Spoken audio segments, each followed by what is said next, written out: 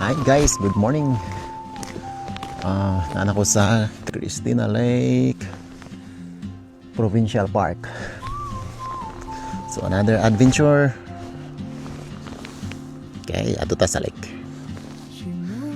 So mga guys, kung nakaabot ka aning video, salamat kayo sa paglantaw.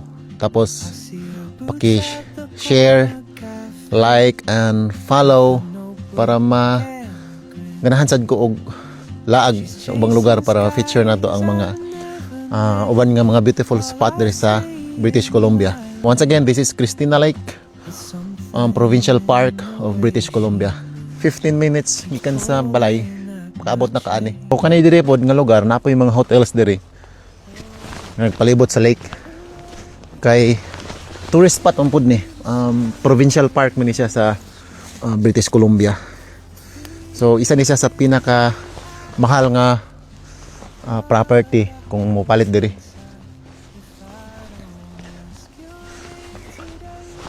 Naka-anhi ko diri summer naka-anhi diri. Karon ako nakabalik di sa trabaho. So kadto dito na ay mga hotels na dia. Ni mga kilid-kilid ay mga hotels ani na pwede matulugan, marintahan.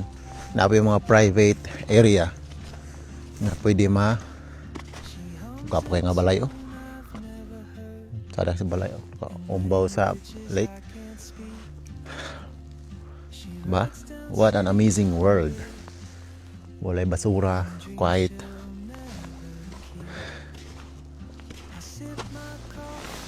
So kana siya, guys, snow parang nga bukid oh.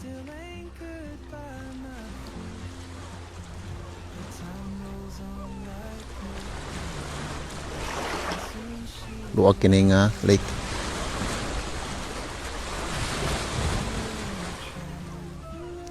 Wow. So amazing. Grabe ka, tsada ang gibuhat sa Ginoo. Nani ka tsada kung protektahan ang kinaiyahan. Walay basura. Dan kanipod nga lake, daghan po ganing isda.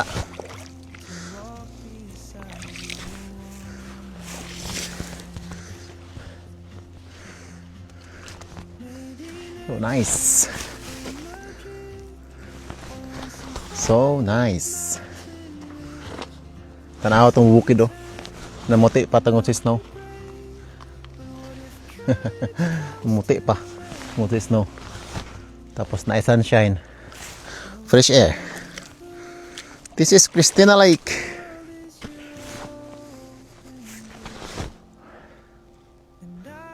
Wow. So amazing. So protected gini nga area. Luwag kini. Dito pas tumoy. Grabe na kaluwag. Makita niya itong bukid dito. Moto ang uluhan sa lake.